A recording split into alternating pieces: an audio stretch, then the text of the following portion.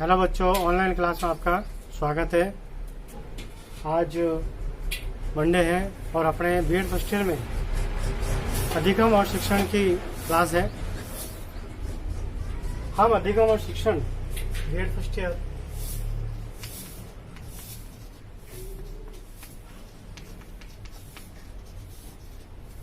Third paper है और विषय है अधिगम एवं शिक्षण। प्रकरण अपने व्यक्तिगत विभिन्नता था। व्यक्तिगत विभिन्नता के बारे में पढ़ रहे हैं कि किस तरह से एक व्यक्ति दूसरे व्यक्ति से भिन्न है, अलग अलग है। आप भी देखते होंगे समाज में कि सभी व्यक्ति एक दूसरे से अलग अलग है, चाहे वो शारीरिक रूप से मानो, चाहे व्यक्तिगत रूप से मानो, चाहे संवेदनात्मक से मानो, मानसिक रूप से मानो, बुद्धि के रूप से मानो, विचारधारा के रूप से मानो। हर प्रकार से एक व्यक्ति दूसरे व्यक्ति से बिल्कुल अलग है। यहाँ तक कि दो जुड़वा बहनें या दो जुड़वा भाई एक साथ जन्म लेने के बावजूद भी दोनों में डिफरेंस होता है, दोनों में अंतर होता है। दोनों को हम एक दूसरे उनकी व्यक्तिगत विशेषताओं से पहचान लेते हैं। तो आज हम व्यक्तिगत विभिन्नताओं को प्रभावित करने वाले कारक के बारे में अध्ययन करेंगे। टॉपिक रहेगा अपने व्यक्तिगत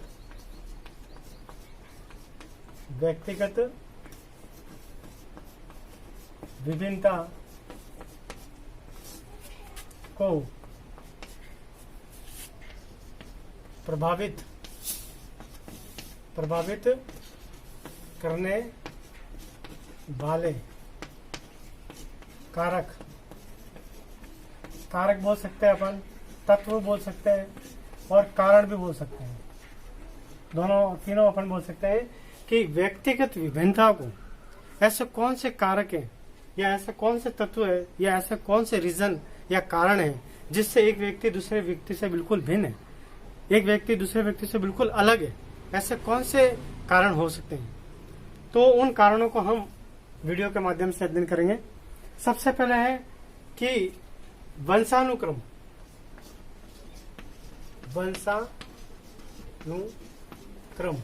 या हम बोल सकते हैं आनुवंशिकता।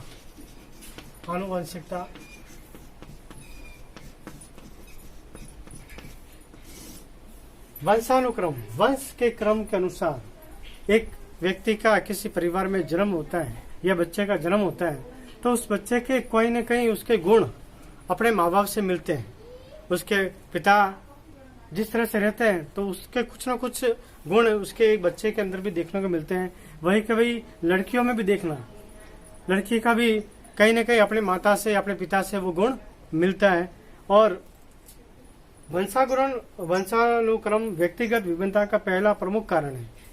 रूसो, पियर्सन, टर्मन, गोल्टन आदि इसके प्रमुख समर्थक रह चुके हैं।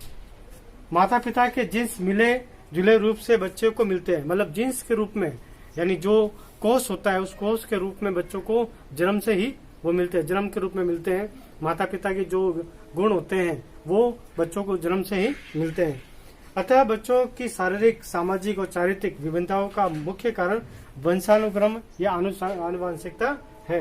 यहाँ पे कहने का मतलब ये है कि कई बार बहुत सारी विभिन्नताएं बच्चा अपने मतलब कि समाज में आके लेता है और कुछ वो जन्म से भी लेता है। अपने माँ बाप के जो गुण होते हैं या अपने माँ बाप के अंदर जो गुण होते हैं वही जन्म लेके इस धरती पे जन्म लेता है और वह व्यक्ति दूसरे व्यक्ति से अलग दिखता है। दूसरा है वातावरण और पर्यावरण। वातावरण भी बोल सकते हैं और पर्यावरण भी बोल सकते हैं। वातावरण और पर्यावरण हमारे चारों तरफ हमें वातावरण से या पर्यावरण से घेरे हुए हैं। हमारे चारों तरफ वनस्पति, जीव जंतु, वायु, धूल के कण, वाष्प, ये सभी वातावरण हमारे को चारों तरफ से घेरे हुए हैं। और जैसा वातावरण होगा वैसे ही व्यक्ति की बनावट होगी, व्यक्ति की शारीरिक रचना होगी, वैसे उसकी विचारधारा होगी, उसकी सोचने समझने की शक्ति होगी। आपने देखा होगा कि व्यक्ति जिस प्रकार के पर्यावरण वातावरण में रहता है उसी के कारण व्यक्ति रहन सहन, आचार विचार एवं व्यवहार में परिवर्तन कर लेता है। उसके अंतर्गत बालक का भौतिक वातावरण, सामाजिक वातावरण और सांस्कृतिक वातावरण का प्रभाव बालक पर पड़ता है। जिस संस्कृति में रहता है, जिस वातावरण में बालक वो रहता है, वो उसी वातावरण के अकॉर्डिंग वो उस माहौल को समझने की कोशिश करता है, उसको सीखने की कोशिश करता है। जैसे एक छोटा सा उदाहरण देता हूँ कि आप गुजरात में जाओगे तो वहाँ के रहन सहन, उनकी बोली अलग होगी। आप राजस्थान में जाओगे तो वहाँ का रहन सहन है, वहाँ का बोली है, वो सब अलग है। ऐसे ही हम दक्षिण भारत में जाते हैं तो वहाँ की भाषा अलग चलेगी और वहाँ का रहन सहन अलग है। संस्कृति देखो, उनके शादी ब्याह में देखो, कोई भी उत्सव हो, उन उत्सवों में भी आपको एक विभिन्नताएं देखने को मिलती। वो सभी वातावरण, वो सभी चीजें एक व्यक्ति के शारीरिक है, मानसिक है, संवेगात्मक है, सब पे वो प्रभावित करती है। यानी व्यक्ति जैसा वातावरण देखता है, जैसा वातावरण होता है, उसके अकॉर्डिंग वो सीखने की कोशिश करता है। आपने देखा होगा कि ठंडे प्रदेश के जो लोग होते हैं वो लंबे होते हैं, फुर्तीले होते हैं, स्फूर्तिमान होते हैं, शक्तिशाली होते हैं और हर चीज में एक्टिव होते हैं। लेकिन गर्म प्रदेश के जो लोग होते हैं वो आलसीपन होते हैं, निर्बल होते हैं, नाटे होते हैं, काले होते हैं और हर चीज में वो आलसीपन दिखाते हैं। तो ये वातावरण का भी एक व्यक्तिगत विभिन्नता पे प्रभाव डालता है। तीसरा है जाति, प्रजाति व देश व समाज। जाति, प्रजाति व देश, समाज। जिस व्यक्ति जिस जाति में रहता है या जिस प्रजाति में रहता है या जिस देश या समाज में रहता है, उसी के हिसाब से वो ढलने की कोशिश करता है। जिस प्रकार की जाति व प्रजाति देश होगा, उसी प्रकार से बालकों का विकास भी वैसी होगा। जैसे जाति में जैसे वो प्रक्रिया चलती है, उसी के अकॉर्डिंग वो बालक सीखने की कोशिश करता है, उसी के हिसाब से वो मतलब है कि आगे बढ़ने की कोशिश करता है। जाति, प्रजाति व धर्म, संस्कृति, आचार संहिता, नियम, विश्वास या विभिन्न रीति रिवाज मिलकर व्यक्ति के व्यक्तित्व को प्रभावित करती है, व्यक्तिगत विभिन्नता को जन्म देती है। यानी जैसी जाति, जैसी प्रजाति और जैसा देश होगा, वैसे ही व्यक्ति की विभिन्नताओं को उत्पन्न करती है। हर व्यक्ति में अलग अलग विभिन्नताएं होती है, हर व्यक्ति की विचारधारा, हर व्यक्ति के व्यक्तित्व में अंतर पाया जाता है। अब चौथा है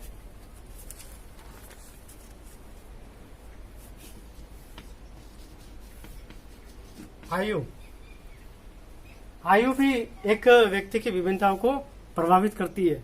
अब वो कैसे कि जैसे आयु बढ़ती है वैसे उसी के साथ व्यक्ति का शारीरिक, मानसिक और बौद्धिक विकास होता है। मतलब है कि आप एक छोटे बच्चों की मतलब कि उनकी मानसिकता देखो, उनका सामाजिक विकास देखो, उनका बौद्धिक विकास देखो, एक बड़े व्यक्ति से कम होता है। तो जिस तरह से बालक अपनी आयु की तरफ आगे बढ़ता है या बड़ा होता जाता है, वैसे वैसे उसके मानसिक में या उसके बौद्धिक में, उसके अनुभव में एक बढ़ोतरी होती है, व्यापकता आती है, उसके विकास होता है, जिससे व्यक्ति की विभिन्नताओं को जन्म देता है। और व्यक्ति अपने विभिन्नता यानी परिवर्तन कब लाता है?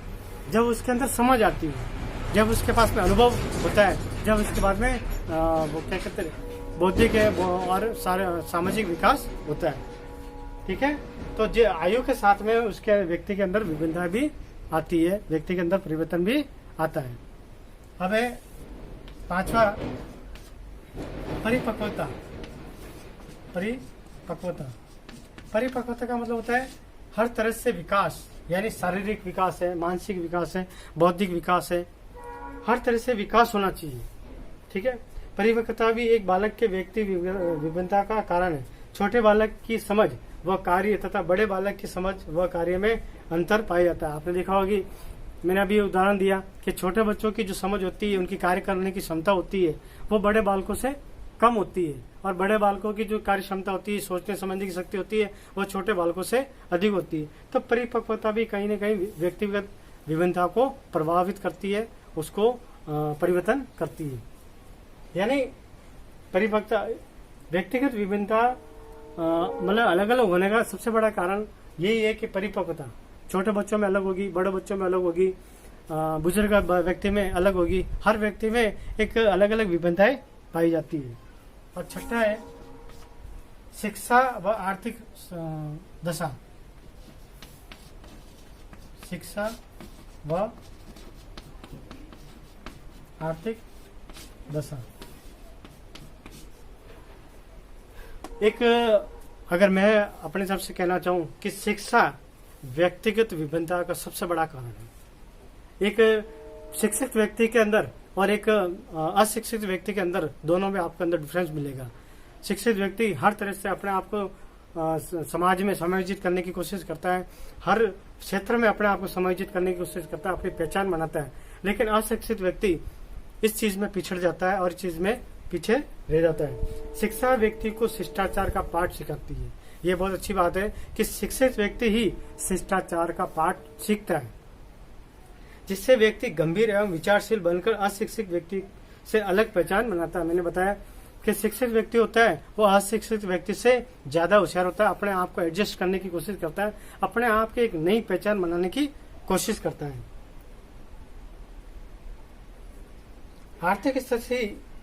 आर्थिक स्थिति से पिछड़े बालक तथा उच्च वर्ग के बालकों को व्यक्तिगत विभिन्नता देखी जा सकती है। अब आर्थिक दशा भी एक व्यक्तिगत विभिन्नता को प्रभावित करती है। तो कैसे? अब आर्थिक दशा जिसके मतलब है कि जिसकी आर्थिक स्थिति खराब है तो उनके सोचने समझने की शक्ति अलग होती है। वो पढ़ाई से पिछड़ जाते हैं, कामकाज में लग जाते हैं और कई बार अपने आप को एक गलत संगत लाइन में भी डाल देते हैं। और शिक्षित व्यक्ति होता है जिनकी आर्थिक स्थिति अच्छी होती है, वो अच्छे एजुकेशन फील्ड में जाते हैं, अपनी पहचान बनाते हैं, नई नई नौकरियां पाते हैं। लेकिन ये आर्थिक स्थिति भी व्यक्तिगत विभिन्नता को प्रभावित करती है। अब जैसे सातवां है लिंग भेद का मतलब होता है जेंडरीकरण। यहाँ पे समाज एक स्त्री को, एक पुरुष को अलग अलग मायने में मतलब अलग देखता है। स्त्री को अलग दायरे में देखता है और पुरुष को एक अलग दायरे में देखता है। अब यहाँ पे लिंग भेद का मतलब ये होता है कि पुरुष और जैसे स्त्री और पुरुष ये तो लिंग होता है, लेकिन जेंडरीकरण होता है पुरुष के कार्य और एक स्त्री के कार्य, जो समाज तय करता है कि भाई स्त्री के कार्य कौन से और समाज के पुरुष के कार्य कौन से। तो ये भी व्यक्तिगत विभिन्नता को प्रभावित करती है। पुरुषों के कौन से कार्य करने चाहिए और स्त्री को कौन से कार्य करने चाहिए। तो ये भी कहीं न कहीं व्यक्तिगत विभिन्नता को प्रभावित करती है। इसी तरह से अब आठवां है बुद्धि।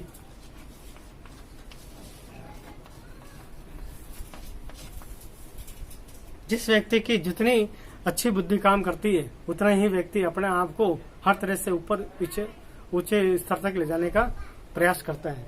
बुद्धि एक जन्मजात गुण है, जिसके कारण कुछ बालक तीव्र बुद्धि वाले हो तो कुछ बालक मंद बुद्धि के होते हैं और इसी कारण उनमें व्यक्तिगत विभिन्नता पाई जाती है। आपने देखा होगी कि अपने बुद्धि के स्तर से टर्मन ने अपने एक टाइम सारणी बना रखी है कि 140 से ऊपर वाले को प्रतिभाशाली बालक कहते हैं और 70 से 80 औसत वाले बालक को मंद बुद्धि बोलते हैं और 25 से कम वाले को जड़ बुद्धि बोलते हैं। यानी हर मतलब कि बुद्धि के हिसाब से भी अलग अलग विभिन्नता के बुद्धि वाले बालक मिलते हैं। तो ये भी एक व्यक्तिगत विभिन्नता को प्रभावित करती है। तो आशा करता हूं कि ये आपको व्यक्तिगत विभिन्नता को प्रभावित करने वाले कारक समझ में आए होंगे। अगर आपको समझ में नहीं आया हो तो आप पर्सनल व्हाट्सएप पे प्रश्न पूछ सकते हैं और कमेंट्स बॉक्स में अपना नाम, अपने पिता का नाम लिखकर अपनी उपस्थिति दर्ज कराएं। धन्यवाद।